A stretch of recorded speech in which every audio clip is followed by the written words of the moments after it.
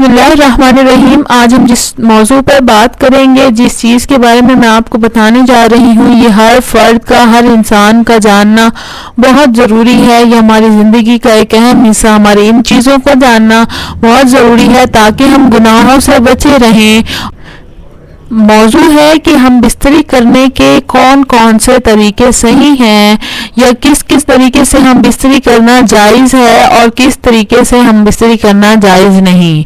देखिए, हम बिस्तरी के आदाब जो हैं वो बहुत ज़रूरी है, इनका ख्याल रखना बहुत ज़्यादा ज़रूरी है। सबसे पहले बात कि किस तरीके से हम बिस्तरी करना जायज़ है, यानी आप किसी भी तरीके से कर सकते हैं, खड़े होकर, बैठ कर, लेट कर, लेकिन इस बात का ख्याल रखें कि बीवी के पिछले जानिब से आना जायज़ नहीं, यानी पीछे की तरफ से हम बिस्तरी करना जायज़ नहीं।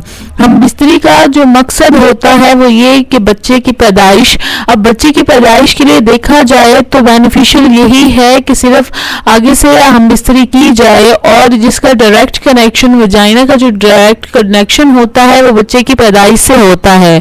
तो देखिए, इस बात के लिए डायरेक्ट कनेक्शन और डायरेक्ट रिलेशनशिप होना बहुत ज़रूरी है। ये अक्सर सवाल किया जाता है कि किस बीवी के किस हिस्से में आए और किस हिस्से को छोड़ दें।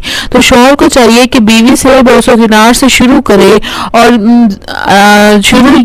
और उसके बाद ये है कि वो कपड़ा से ढांप ले, बिल्कुल नंगा ना हो। उसके बाद बोसो किनार से शुरू करें, और देखिए, और इन सब चीज़ों का ख्याल रखते हुए आप हम बिस्तरी करें और हम बिस्तरी के आदाब का भी ख्याल रखें।